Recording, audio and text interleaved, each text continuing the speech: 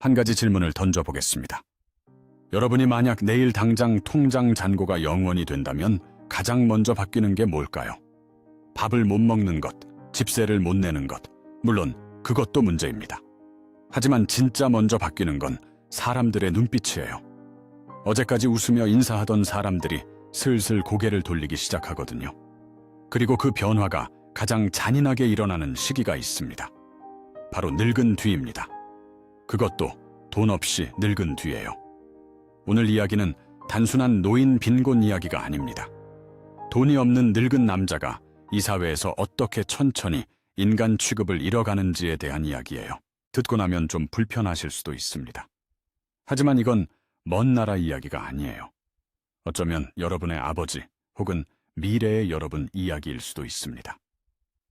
국가데이터처가 발표한 한국의 사회동향 2025년 보고서에 따르면 66세 이상 노인의 소득 빈곤율은 39.7%입니다. OECD 평균이 14.8%인데 우리는 그 3배에 가까운 수치로 38개국 중 압도적 1위예요. 노인 10명 중 4명이 중위소득의 절반에도 못 미치는 돈으로 하루하루를 버티고 있다는 뜻이거든요. 잠깐, 여기서 하나 짚고 넘어갈 게 있어요. 대한민국은 세계적인 경제 강국이에요. 반도체를 만들고 자동차를 수출하고 K-팝이 전 세계를 휩쓸고 있는 나라입니다. 그런 나라에서 노인 빈곤율이 OECD 꼴찌라는 건 뭘 의미할까요? 이건 단순히 돈이 부족한 문제가 아니에요. 이 나라가 경제 성장에만 올인하면서 그 성장을 이끌었던 세대를 뒤에서 조용히 버렸다는 뜻입니다. 고속도로를 깔고 공장을 돌리고 밤새 일해서 이 나라를 만든 사람들이 정작 늙고 나니까 그 나라에서 가장 가난한 사람이 되어 있는 거예요. 이것만큼 잔인한 역설이 또 있을까요? 그런데 이 숫자가 정말 무서운 이유는 따로 있습니다. 빈곤은 단순히 지갑이 비는 게 아니에요. 빈곤은 관계를 파괴합니다. 자존감을 부수고 존엄성을 갈아먹죠. 특히 늙은 남성에게 이 파괴력은 상상 이상입니다. 첫 번째 수모부터 이야기해 볼게요. 가장 가까운 사람들, 가족 안에서 투명 인간이 되는 겁니다. 한때 가장이었던 남자가 있습니다.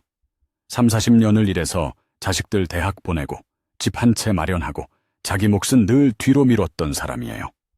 가족 여행 갈 때도 자기는 새 옷 안 사고 아이들 학원비 낼 때도 자기 점심은 김밥 한 줄로 때웠던 사람입니다. 그런데 퇴직하고 나니까 들어오는 돈이 없어졌어요. 국민연금은 한 달에 몇십만 원, 기초연금까지 합쳐도 생활비에 턱없이 모자랍니다. 2025년 사회조사 결과를 보면 60세 이상 고령자의 80%가 본인이나 배우자 소득으로 생활비를 감당하고 있다고 해요.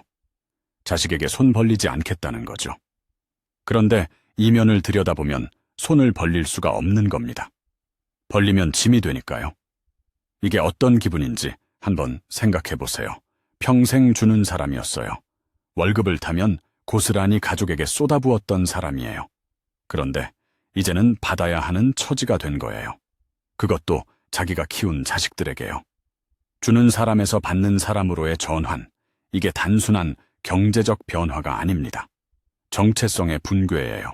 내가 누구인지를 규정하던 가장 핵심적인 역할이 송두리째 뒤집어지는 겁니다. 그래서 많은 아버지들이 차라리 굶더라도 자식에게 손 안 벌리겠다고 버티는 거예요. 돈 때문이 아니라 마지막 남은 자존심 때문입니다. 명절이 되면 이게 극명하게 드러나요. 손주들에게 용돈을 두둑하게 쥐어주는 할아버지에게는 아이들이 달려옵니다. 그런데 빈손인 할아버지에게는 아이들이 슬쩍 눈길을 피하죠. 아이들이 잔인해서가 아닙니다. 아이들은 솔직한 거예요. 며느리의 한숨 섞인 표정, 아들이 전화기만 들여다보며 아버지 말을 건성으로 듣는 모습, 그런 것들이 쌓이면 아이들도 자연스럽게 배우게 되거든요. 할아버지는 별로 중요한 사람이 아니라는 걸요. 이런 장면을 한번 상상해 보세요. 추석에 온 가족이 모였습니다. 둘째 아들이 새 차를 뽑았다며 자랑을 하고 큰딸은 아이를 영어 유치원에 보내겠다는 이야기를 해요. 다들 신나서 떠드는데 한쪽 구석에 아버지가 조용히 앉아 있습니다. 아버지가 한마디 거들면 잠깐 조용해지긴 하는데 곧 누군가가 화제를 돌려요. 아버지의 말은 공중에 떴다가 아무도 받아주지 않은 채 사라지는 겁니다. 그게 한 번이면 괜찮아요. 두 번, 세 번, 매번 반복되면 아버지는 스스로 입을 닫게 됩니다. 말을 안 하는 게 아니라 말해봤자 소용없다는 걸 학습한 거예요. 그리고 그날 밤 집에 돌아온 아버지는 불도 안 켜고 어두운 방에 오래 앉아있게 되거든요. 가족 행사에서 발언권이 사라진다는 건 존재감이 지워지는 거예요. 예전에는 아버지가 한마디 하면 식탁이 조용해졌습니다. 그게 권위였죠. 그런데 그 권위라는 게 알고 보면 경제력 위에 서 있던 거였어요. 돈이 빠지니까 권위도 함께 무너진 겁니다. 이제는 명절 메뉴도, 여행 계획도, 심지어 손주 교육 문제도 아버지 의견 없이 결정돼요. 물어봤자 뭘 해줄 수 있는 사람이 아니니까요. 이게 왜 그토록 잔인하냐면 사람은 집단 안에서 자기 역할이 있을 때 존재감을 느끼거든요. 그런데 가족이라는 가장 작은 집단에서조차 역할이 사라지면 그 사람은 자기 자신을 어디에 둬야 할지 모르게 됩니다. 마치 배에서 닻이 풀린 것처럼 어디에도 정박하지 못하고 떠다니는 상태가 되는 거예요. 집에 있어도 집이 아닌 것 같고 가족과 함께 있어도 혼자인 것 같은 이 기묘한 감각.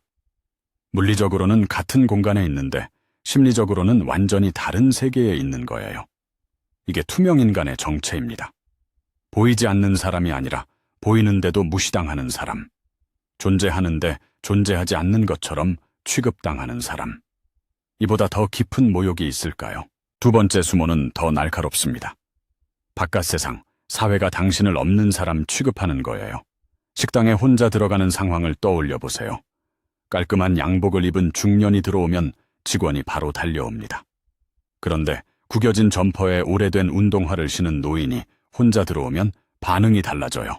대놓고 무시하진 않지만 안내하는 속도가 느려지고 구석자리로 안내하는 빈도가 높아지죠. 그 노인이 가장 싼 메뉴를 시키면 주변의 시선이 달라지거든요. 그 미세한 차이를 노인들은 정확하게 감지합니다. 그래서 점점 밖에 나가지 않게 돼요. 식당만이 아닙니다. 병원에 가도 마찬가지예요. 접수 창구에서 젊은 사람들은 척척 서류를 작성하고 키오스크로 접수를 끝내는데 디지털 기기에 익숙하지 않은 노인은 뒤에서 한참을 헤맵니다. 줄이 길어지면 뒤에 있는 사람들의 한숨 소리가 들려오죠. 무인 주문 시스템이 깔린 패스트푸드점에서는 아예 주문을 못해서 그냥 나오는 노인들도 있어요. 세상이 점점 빨라지는데 그 속도를 따라잡지 못하는 사람에게 이 사회는 자리를 내주지 않거든요. 키오스크 하나가, 무인 정상이 하나가, 늙고 가난한 남자에게는 당신은 이제 여기 올 자격이 없다는 통보나 다름없는 겁니다. 2025년 사회조사에서 충격적인 결과가 나왔는데요. 월 소득 100만 원 미만 가구의 57.6%가 외로움을 느낀다고 답했습니다. 전체 평균인 38.2%보다 20%포인트나 높은 수치예요. 특히 저소득층일수록 외로움을 더 자주, 더 강하게 느끼는 경향이 나타났는데 이건 일시적인 감정이 아니라 만성적인 고립 상태를 의미하는 겁니다. 돈이 없으니 사람을 만나지 않고 사람을 만나지 않으니 더 고립되고 고립되니까 더 우울해지는 악순환이 시작되는 거예요. 여기서 많은 분들이 놓치는 게 하나 있어요. 친구 관계도 돈이 들거든요. 옛날 직장 동료들이 한 달에 한 번씩 모여서 소주 한잔 하자고 하면 그 회비 3만 원이 부담이에요. 한 번 안 나가고, 두 번 안 나가고, 세 번째부터는 연락이 안 옵니다. 그 사람들이 나쁜 게 아니에요. 그냥 안 오는 사람은 자연스럽게 잊히는 겁니다. 경조사도 마찬가지예요. 축의금 낼 돈이 없으니 결혼식에 못 가고 장례식에도 빈손으로 가기 민망하니까 안 가게 되죠. 그렇게 하나둘씩 관계가 끊어집니다. 젊을 때는 전화번호부에 수백 명이 있었는데 늙고 나면 전화할 사람이 손가락으로 꼽을 정도가 되는 거예요. 그마저도 먼저 전화를 거는 건 항상 나 쪽이고 상대방이 먼저 걸어오는 일은 거의 없어지죠. 여기서 한 단계 더 깊이 들어가 볼게요. 80세 이상 노인의 52.2%가 외롭다고 답했습니다. 전 연령층 중 가장 높은 수치예요. 그런데 이 가운데는 저소득 독거 상태에 놓인 남성 고령층이 적지 않아요. 이분들에게 사회는 사실상 문을 닫아버린 겁니다. 병원에 가려면 교통비가 아깝고 경로당에 가려면 체면이 없고 자식에게 전화하려면 부담을 줄까봐 망설이게 되죠. 그러다 보면 하루 종일 좁은 방 안에서 텔레비전만 틀어놓고 앉아있는 날이 반복됩니다. 아무도 찾지 않는 방, 전화벨이 울리지 않는 방, 그 안에서 천천히 세상과의 끈이 끊어져 가는 거예요. 보건복지부가 발표한 고독사 실태조사 결과가 이걸 숫자로 증명해 줍니다. 2023년 고독사 사망자 3,661명 중 남성이 84%, 3,000명이 넘었어요. 여성의 5배가 넘는 수치입니다. 50대와 60대 남성이 전체 고독사의 절반 이상을 차지했고요. 이 사람들은 죽고 나서야 발견된 겁니다. 살아있을 때는 아무도 안 찾았다는 뜻이에요. 이런 경우를 떠올려 보세요. 어느 빌라 3층에 혼자 사는 60대 남성이 있었습니다. 이혼하고 자식들과도 연락이 끊기고 기초생활 수급비로 겨우 살아가던 사람이에요. 어느 날 이 사람이 쓰러졌습니다. 그런데 아무도 몰랐어요. 일주일이 지나고 열흘이 지나도 아무도 이 사람을 찾지 않았습니다. 결국 아래층에서 천장으로 물이 새는 걸 발견한 집주인이 문을 열고서야 이 사람이 발견됐어요. 사람이 죽었는데 그 죽음을 알려준 건 가족도 친구도 아니라 새어나온 물이었다는 거예요. 더 소름 끼치는 건 가족에 의한 발견 비율이 해마다 줄어들고 있다는 사실입니다. 대신 임대인이나 경비원이 이상한 냄새를 맡고 신고하는 비율이 늘고 있어요. 가장 가까워야 할 사람이 가장 늦게 알게 되는 아이러니. 이게 지금 대한민국의 현실이거든요. 세 번째 수모는 가장 깊은 곳을 찌릅니다. 스스로에 대한 존엄을 포기하게 되는 거예요. 인간에게는 자기 가치감이라는 게 있습니다. 내가 쓸모 있는 사람이라는 감각, 누군가에게 필요한 존재라는 느낌. 이게 바닥을 치면 사람은 무너지기 시작해요. 젊을 때는 돈이 없어도 내일 다시 벌면 된다는 희망이 있잖아요. 그런데 늙으면 그 가능성의 문이 닫힙니다. 일자리가 있어봤자 단순 노무직이에요. 최근 통계를 보면 60세 이상 임금 근로자 가운데 비정규직 비중은 70%에 가까운 수준입니다. 열심히 일해도 빈곤을 벗어나기 어려운 구조인 거예요. 이걸 좀 더 구체적으로 그려볼게요. 새벽 5시에 일어나서 폐지를 줍는 70대 남성이 있습니다.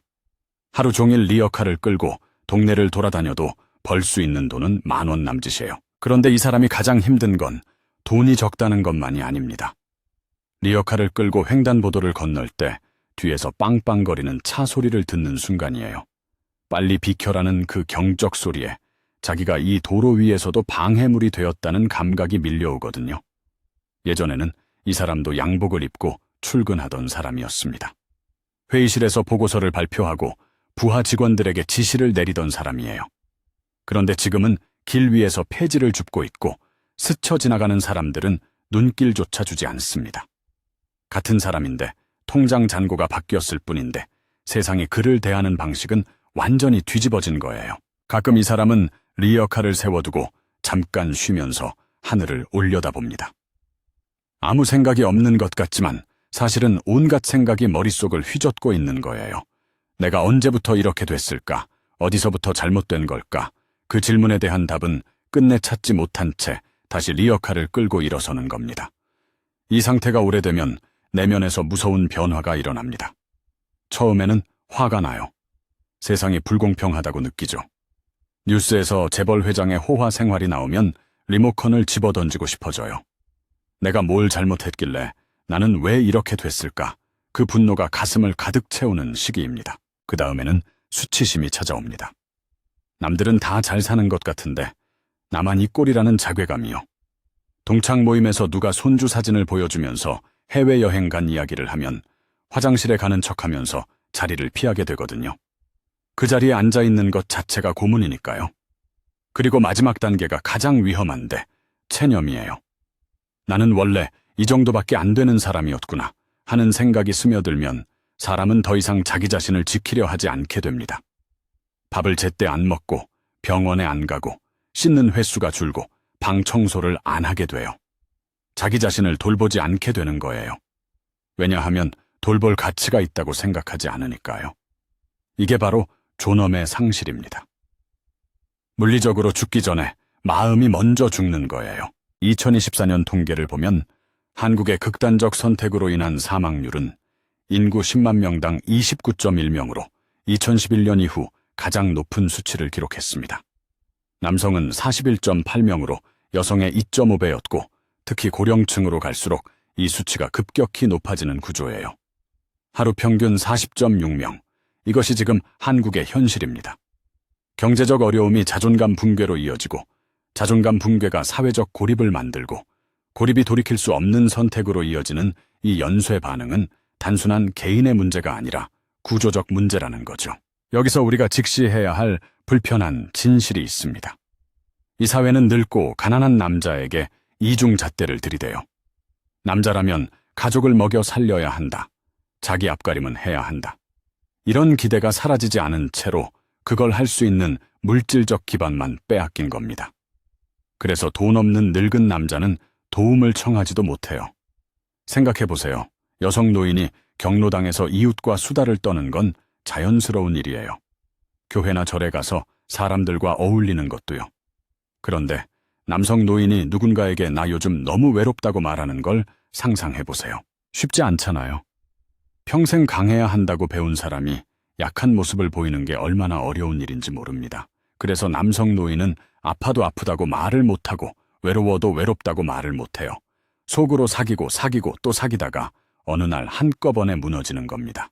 여성 노인은 그래도 이웃과 소통하고 종교 활동에 참여하는 비율이 높은 반면 남성 노인은 은퇴와 동시에 거의 모든 사회적 연결이 끊어지는 경향이 강하거든요.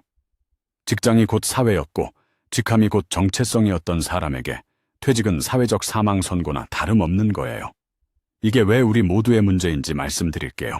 지금 대한민국은 초고령 사회에 진입했습니다. 65세 이상 인구가 1,000만 명을 넘어섰고 1인 가구는 804만을 돌파했어요. 그중 70세 이상 1인 가구가 가장 큰 비중을 차지하고 있습니다. 지금 이 순간에도 수백만 명의 노인이 좁은 방 안에서 혼자 하루를 보내고 있고 그 방 안에서 누군가는 오늘도 전화 한 통 없이 하루가 지나가겠구나 하고 생각하고 있을 거예요. 그리고 이건 지금 50대, 40대한테도 해당되는 이야기입니다. 지금 열심히 일하고 있는 여러분, 내 노후는 다르겠지 하고 생각하실 수 있어요. 그런데 국민연금 고갈 시점이 다가오고 있고 부동산으로 노후를 준비한 사람들도 집값이 떨어지면 순식간에 위태로워질 수 있습니다. 지금 잘 나가는 사람이 20년 뒤에도 잘 나갈 거라는 보장은 어디에도 없어요. 외환위기 때 하루아침에 길거리로 나앉은 가장들을 기억하시잖아요. 그때 쫓겨난 사람들 중 상당수가 지금의 빈곤 노인이 된 겁니다. 역사는 반복돼요. 구조가 바뀌지 않으면 지금의 중년이 20년 뒤 같은 자리에 서게 될 가능성은 얼마든지 있습니다. 자본주의 사회에서 돈은 단순한 교환 수단이 아닙니다. 돈은 관계의 접착제예요. 돈이 있으면 사람이 모이고 돈이 없으면 사람이 흩어집니다. 우리는 어릴 때부터 생산성과 효율의 언어로 사람의 가치를 매기는 세상에서 자랐거든요. 그래서 더 이상 생산하지 못하는 사람은 자연스럽게 무대 뒤로 밀려나게 되는 겁니다. 마치 오래된 기계를 창고에 넣어두듯이요. 그런데 여기서 한 가지 더 생각해 볼 게 있어요. 불과 한두 세대 전만 해도 이런 일은 없었거든요. 할아버지가 마루에 앉아 계시면 온 식구가 둘러앉아 이야기를 들었습니다. 할아버지의 경험과 지혜가 가족의 자산이었으니까요. 돈이 없어도 존경받았어요. 나이 자체가 권위였고 살아온 세월 자체가 가치였거든요. 그런데 지금은 어떤가요? 정보는 스마트폰에서 얻고 문제 해결은 인터넷에서 하고 할아버지의 경험담은 유튜브 영상 하나보다 가치가 없는 세상이 됐어요. 세상이 너무 빨리 바뀌어버린 겁니다. 할아버지가 아는 것들은 이미 시대에 뒤처진 정보가 되었고 할아버지가 가진 기술은 이미 쓸모 없어진 기술이 됐죠. 경험의 가치가 폭락한 시대에 돈마저 없으면 그 사람에게 남는 게 뭐가 있을까요? 아무것도 없어요. 그래서 이 문제가 단순히 복지 예산의 문제가 아닌 겁니다. 이건 우리 사회가 인간의 가치를 어디에 두느냐는 근본적인 질문이에요. 한 가지 장면을 더 말씀드릴게요. 서울 종로구 탑골공원에 가면 매일 수백 명의 노인들이 모여 있습니다. 대부분 남성이에요. 이분들은 왜 거기 모이는 걸까요? 따뜻한 밥을 먹으려고요. 3,000원짜리 국밥 한 그릇이면 한 끼를 해결할 수 있으니까요. 그런데 그분들의 표정을 자세히 들여다보면 밥만 먹으러 온 게 아니라는 걸 알 수 있어요. 거기 가면 적어도 같은 처지의 사람들이 있거든요. 아무도 나를 이상하게 보지 않는 유일한 공간, 눈치 보지 않아도 되는 유일한 장소, 그게 공원 벤치인 거예요. 대한민국의 수도 한복판에서 어떤 사람들에게는 공원 벤치가 유일한 안식처라는 사실, 이걸 어떻게 받아들여야 할까요? 그래서 결론은 명확합니다. 노년의 돈은 단순한 생활비가 아니에요. 그건 존엄성 그 자체입니다. 식당에서 당당하게 밥을 시킬 수 있는 존엄, 가족 앞에서 고개를 숙이지 않아도 되는 존엄, 손주에게 작은 선물이라도 건네며 웃을 수 있는 존엄, 그리고 죽은 뒤에라도 누군가가 알아차려 줄 수 있는 존엄. 돈이 없으면 이 모든 게 사라집니다. 어떤 분은 이렇게 말씀하실 수도 있어요. 돈이 전부냐? 돈 없어도 행복할 수 있지 않느냐고요. 맞습니다. 이론적으로는 그래요. 하지만 현실에서 돈 없이 존엄을 지킬 수 있는 사회 시스템이 지금 대한민국에 있나요? 없거든요. 기초연금 몇십만 원으로 한 달을 버텨야 하는 사람에게 돈이 전부는 아니라는 말은 배부른 사람이 하는 소리예요. 밥을 굶어본 사람은 알거든요. 배가 고프면 자존심도 사치라는 걸요. 지금 이 영상을 보고 계신 분들 중에 아직 늙지 않으셨다면 기억해 주세요. 노후 준비는 투자 수익률의 문제가 아니에요. 미래의 내가 인간으로서 대우받을 수 있느냐의 문제입니다. 그리고 이미 그 길 위에 계신 분이라면 부디 스스로를 포기하지 마세요. 당신이 가치 없는 게 아닙니다. 이 사회가 당신의 가치를 측정하는 방식이 잘못된 거예요. 사람의 가치는 통장 잔고로 매길 수 있는 게 아니거든요. 절대로요. 다만 이 냉정한 세상이 그 사실을 자꾸 잊게 만들 뿐입니다.